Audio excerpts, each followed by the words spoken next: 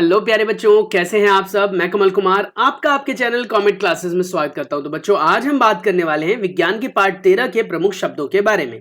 जिस पाठ को हमने बहुत डिटेल में समझा था, उस पाठ के आज हम उन प्रमुख शब्दों के बारे में चर्चा करने वाले हैं बेटा, जो आप लोगों की परीक्षा में प्रश्न के तौर पर पूछे जाते हैं। साथ ही बेटा यहाँ से एमसीक्यू क्वेश्चंस भी डिजाइन होते हैं, बहुत छोटे क्वेश्चंस भी डिजाइन होते हैं और परिभाषाएं भी पूछी जाती हैं। तो कोई भी बेटा कीवर्ड छोड़ना नहीं है, सारे क्वेश्चंस हमें खुद करने हैं। तो चलिए शुरू करते हैं, और जो कि ऑलरेडी हो चुकी है स्टार्ट वीडियो। इसमें हमें इन सभी बिंदुओं के उत्तर देने बेटा, प्रमुख शब्दों के। आपतन कोण क्या होता है, परावर्तन कोण क्या होता है, अंध बिंदु किसे कहते हैं, ब्रेल क्या है, शंकु क्या है, स्वच्छ मंडल क्या है, आपतित किरण परितारिका क्या होती है, बहुमूर्ति क्या दर्शी क्या है, इन सब के उत्तर मैंने आप लोगों के साथ शेयर किए हैं। तो आज हम बात करने वाले हैं पाठ प्रकाश और इसके प्रमुख शब्दों के बारे में। ये प्रमुख शब्द आप लोगों के लिए बहुत ज्यादा जरूरी है बेटा। तो आज सबसे पहले हम चर्चा करेंगे प्रमुख शब्दों में किसके बारे में, आपतन कोण के बारे में। जी, आपतन कोण क्या होता है, किसे कहते हैं आपतन कोण। तो पाठ है हमारा कौन सा, पाठ है प्रकाश, कक्षा 8वीं के बच्चों के लिए है। और इसमें आज हम बात करेंगे सबसे पहले किसके बारे में बेटा, आपतन कोण के बारे में। आपतन कोण क्या होता है, तो कहता है क्या, आपतन कोण को इंग्लिश में एंगल ऑफ इंसिडेंट भी बोलते हैं। सर, हम तो हिंदी माध्यम के बच्चे हैं, हमें इंग्लिश क्यों सिखा रहे हैं आप। बेटा थोड़ा बहुत इंग्लिश पता होना चाहिए, थोड़ी बहुत अगर इंग्लिश का ज्ञान होता है तो समाज में आपकी थोड़ी इज्जत बढ़ जाती है। तो थोड़ी बहुत इंग्लिश आनी चाहिए ना। वह कोण जो आपतन किरण, आपतन किरण, किरण क्या होती है, जो प्रकाश पुंज से आने वाली रेखा होती है, जो कि इमेजिनरी होती है, हम मानकर चलते हैं, और अभिलंब के बीच बनता है। बस अब अगर मैं इसको चित्र के तौर पर समझाऊं तो ये अगर मान लीजिए हमारा एक दर्पण है बेटा, और इस दर्पण पर ये हमने आने वाली रेखा जिसे आपतित किरण कहा हमने, या आपतन कोण किरण कहा, और ये लंबवत जो 90 का कोण बनाता है बेटा, किसके ऊपर, मिरर के ऊपर। इसके बीच जो ये कोण बनता है ना बेटा, इस कोण को हम क्या कहते हैं, इस कोण को हम कहते हैं आपतन कोण। वहीं पर यहां से जब लाइट टकरा कर जाती है और बेटा यहां पर कोण की संरचना होती है, तो यहां जो कोण बनता है उसे हम एंगल आर बोलते हैं, जिसे हम कहते हैं परावर्तन कोण, जो कि अगले वाले भाग का बेटा उत्तर है। दिख रहा है, तो ये है परावर्तन कोण। तो इस तरीके से अगर हम देखें तो आपतन कोण परावर्तन कोण दोनों को मैंने एक में ही समझा दिया। इसमें क्या था, आपतन कोण क्या होता है, वो कोण जो कि आपतन किरण और बेटा अभिलंब, यानी कि जिसे इंग्लिश में नॉर्मल भी बोलते हैं, ये बेटा परपेंडिकुलर होता है, लंबवत होता है हमारे मिरर के, उसके बीच बनता है। और परावर्तन कोण क्या होता है, वह कोण जो परावर्तित किरण, देखो लिखा हुआ है ना, जो परावर्तित किरण, अगर आप इसे पढ़ें तो यहां लिखा हुआ है वह कोण, देखो ध्यान से, वह कोण जो परावर्तित किरण और अभिलंब के बीच बनता है। तो देखो ये अभिलंब हो गया, यह परावर्तित किरण जो निकल कर जाएगी बेटा, इसके बीच वाला जो कोण बनता है यहां पर, यह कोण हमारा क्या होता है, एंगल आर होता है। अगला है बेटा हमारे पास अंध बिंदु। अंध बिंदु मतलब जिसे हम इंग्लिश में ब्लाइंड स्पॉट भी बोलते हैं बेटा। अंध बिंदु यानी ब्लाइंड स्पॉट, वह स्थान जहां दृष्टिपट यानी रेटिना पर कोई प्रकाश संवेदनशील कोशिका नहीं होती है, और यहां पर बनने वाली जो इमेज होती है बेटा, उसके बारे में हमारे दिमाग को पता ही नहीं चलता। तो इसे हम कहते हैं अंध बिंदु। क्या कहते हैं बेटा, अंध बिंदु। उसके बाद है अगला ब्रेल। ब्रेल क्या है भाई, तो ब्रेल को इंग्लिश में भी ब्रेल ही कहते हैं, क्योंकि ब्रेल शब्द ही इंग्लिश का है। दृष्टिहीन व्यक्तियों के लिए स्पर्श आधारित भाषा प्रणाली होती है ब्रेल, यानी कि वो व्यक्ति जो बेटा देख नहीं सकता, उसको पढ़ना है तो उसको ऐसे करके फील कराकर, जो कह सकते हैं ना उभरे उभरे हिस्से होते हैं, उनको फील कराकर पढ़ाया और सिखाया जाता है। समझ में आ रहा है, तो उसे हम ब्रेल बोल देते हैं या फिर ब्रेल सिस्टम बोल देते हैं। अगला है बेटा हमारे पास शंकु। यहां पर जो शंकु है वो क्या है, दृष्टि प्रणाली में वो कोशिका जो रंगों का अनुभव करने में मदद करती है, और ये बेटा प्रकाश के प्रति संवेदनशील होती है। ये चीज आप ऐड करना चाहते हो तो आप कर सकते हो, ये प्रकाश के प्रति संवेदनशील होती हैं, ये याद रखना, प्रकाश के प्रति संवेदनशील होते हैं, तो आप ये चीज इसमें ऐड कर सकते हो। उसके बाद नेक्स्ट है बेटा हमारे पास अगला, उसे हम कहते हैं स्वच्छ मंडल, जिसे इंग्लिश में कहा जाता है कॉर्निया। कॉर्निया क्या है, आंख का वह पारदर्शी हिस्सा जिससे प्रकाश प्रवेश करता है, यानी हमारे सामने वाला हिस्सा जो सबसे ऊपर, जिसको आप छू सकते हो बेटा, लेकिन छूना नहीं, क्योंकि डर्टी हाथ होते हैं तो आंखों में इंफेक्शन हो सकता है। तो इसीलिए ये जो वो वाला हिस्सा जहां से रोशनी अंदर जाती है बेटा, दिख रहा है, उसको हम कहते हैं क्या, कॉर्निया। उसके बाद अगला है आपके पास विसरित या फिर अनियमित परावर्तन, इसे इंग्लिश में डिफ्यूज या इरेगुलर रिफ्लेक्शन भी कहते हैं। और इसकी मीनिंग क्या है, जब कोई प्रकाश कई दिशाओं में परावर्तित होती है या हो जाता है तो उस केस में उसे विसरित या फिर अनियमित परावर्तन कहते हैं। यानी इसमें अगर हम चित्र बनाए तो कैसा बनेगा बेटा, तो ऐसे, ये हमारे पास दर्पण हो गया बेटा, और दर्पण पे आने वाली जो किरण होती है वो ऐसे। और हाँ, दर्पण बनाते वक्त बेटा पेंट जरूर कर लेना, मेरे को टाइम लगेगा इसलिए मैं नहीं कर रहा था, पिछले वाले में भी नहीं किया मैंने। पेंट जरूर कर लेना क्योंकि परावर्तन सरफेस यही दिखाता है। यहाँ पर आने वाली जो ये रेखाएं होती बेटा वो सारी की सारी एक दूसरे के समांतर होती है, ठीक है, ये सारी की सारी समांतर होती है आने वाली। अब अगर वो जाने वाली रेखा भी समांतर हुई, ठीक है, तब तो बेटा वो कहलाएगा क्या, नियमित। और अगर समांतर नहीं हुई, ऐसे कहीं कट गई, ऐसे कहीं फैल गई, मान लो ऐसे करके फैल गई, तो उसे कहते हैं क्या, अनियमित, या फिर कह सकते हो विसरित, या विसरित बोल दिया मैंने, यहाँ पे थोड़ी मिस प्रिंट है, विसरित लिख लेना, परावर्तन। नेक्स्ट है आपके पास बेटा आपतित किरण। आपतित किरण किसे कहते हैं, वह किरण जो सतह पर गिरती है प्रकाश पुंज से, या ऐड कर लेना, वह किरण जो प्रकाश पुंज से सरफेस पर यानी सतह पर गिरती है। उसके बाद 9वां है परितारिका यानी जिसे हम इंग्लिश में बेटा आइरिस बोलते हैं।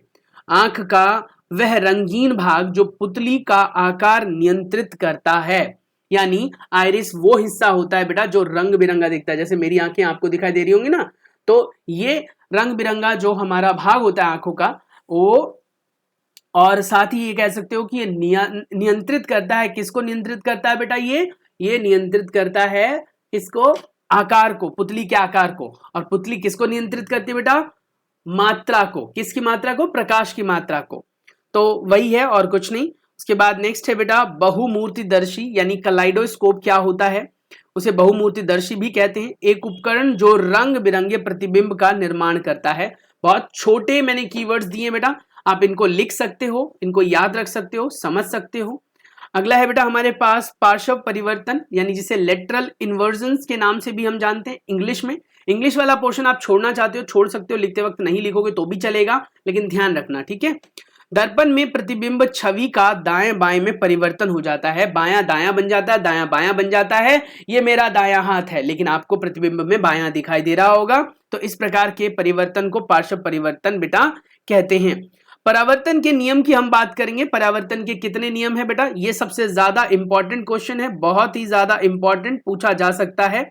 परावर्तन के नियम की अगर हम बात करें तो आपतन कोण, परावर्तन कोण दोनों बराबर होते हैं, ये आपके परावर्तन का पहला नियम है। परावर्तन के पहले नियम के अनुसार आपतन कोण परावर्तन कोण बराबर होते हैं। आपतन किरण, परावर्तित किरण और अभिलंब एक ही तल में होते हैं, ये हमारा बेटा दूसरा नियम है। परावर्तन के दो नियम होते हैं जिसमें पहले नियम के अनुसार एंगल आई बराबर एंगल आर के होता है, और दूसरे नियम के अनुसार बेटा जिसमें हमने जाना और सीखा कि आपतित किरण, परावर्तित किरण और अभिलंब सब एक ही तल में होते हैं। उसके बाद अगला है हमारे पास बेटा पुतली यानी जिसे इंग्लिश में प्यूपिल भी कहते हैं।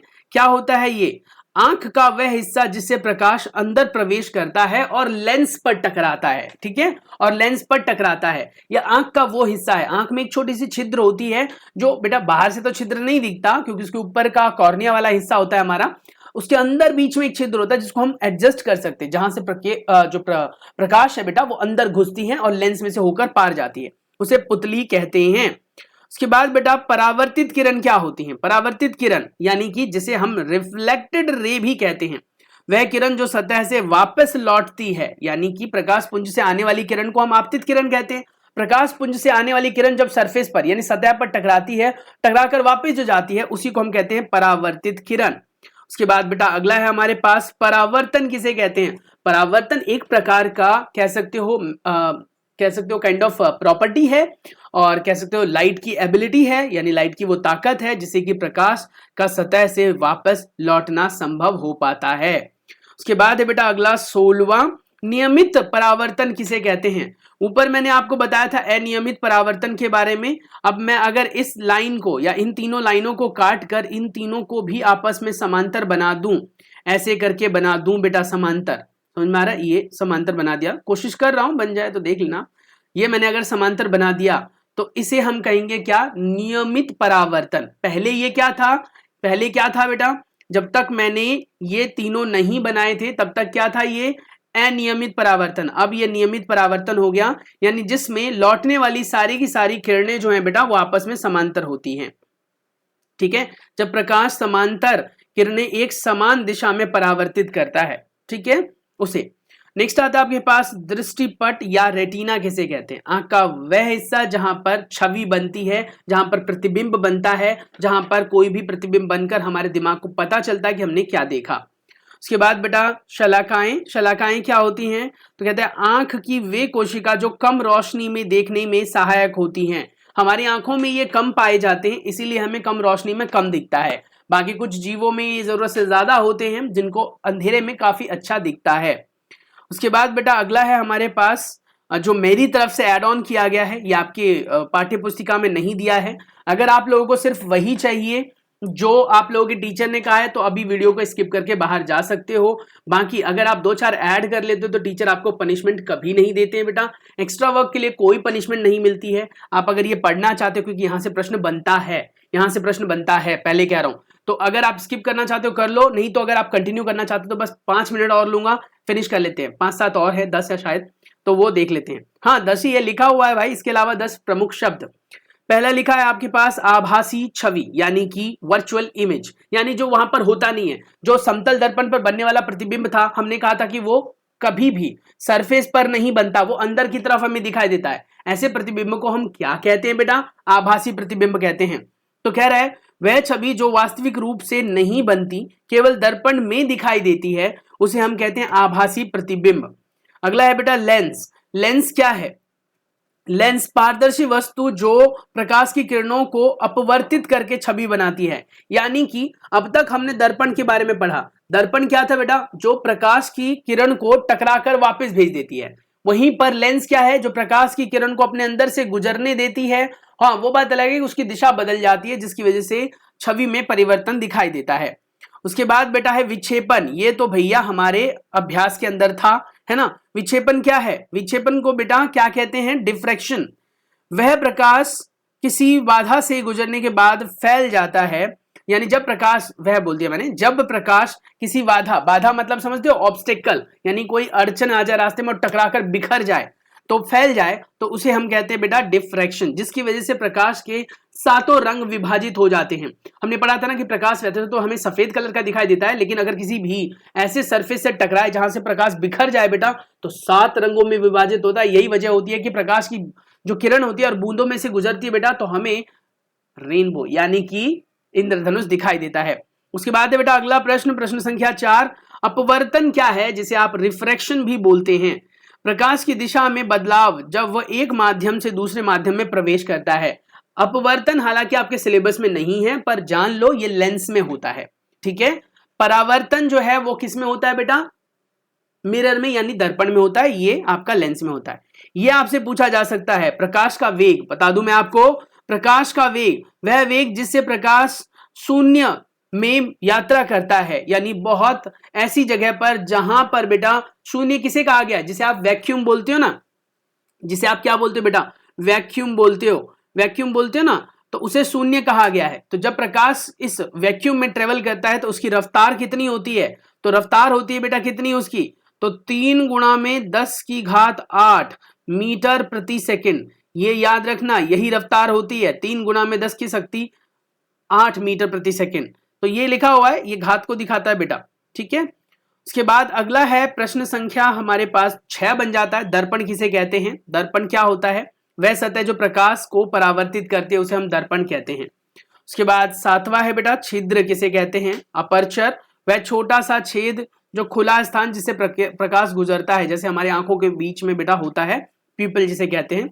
उसके बाद 8वां है नलिका दृष्टि, ट्यूब विजन क्या होता है, ये सिलेबस में नहीं है, करना चाहते हो कर सकते हो। लंबी दूरबीन का उपयोग करके लेंस और मिरर की सहायता से हम दूर की चीजों को देख लेते हैं। उसके बाद है पोलराइजेशन, ध्रुवीकरण, प्रकाश की दिशा को विशेष तरीके से नियंत्रित करने की प्रक्रिया को हम ध्रुवीकरण कहते हैं, जिसमें हम सभी प्रकाश को एक जैसा बना लेते हैं।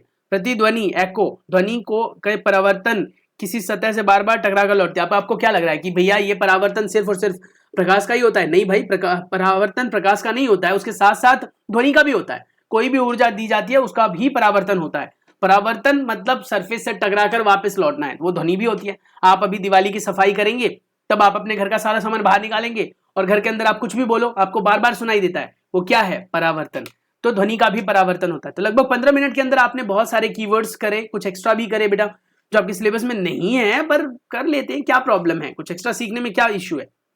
तो चलिए मिलते हैं नेक्स्ट वीडियो में, तब तक के लिए अपना बहुत सारा ख्याल रखिए बेटा। इन सभी की अगर आप स्क्रीनशॉट लेना चाहते हो तो वीडियो को पीछे ले जाना थोड़ा सा, और स्क्रीनशॉट्स आप ले सकते हो। मिलते हैं नेक्स्ट वीडियो में, टेक केयर, बाय बाय।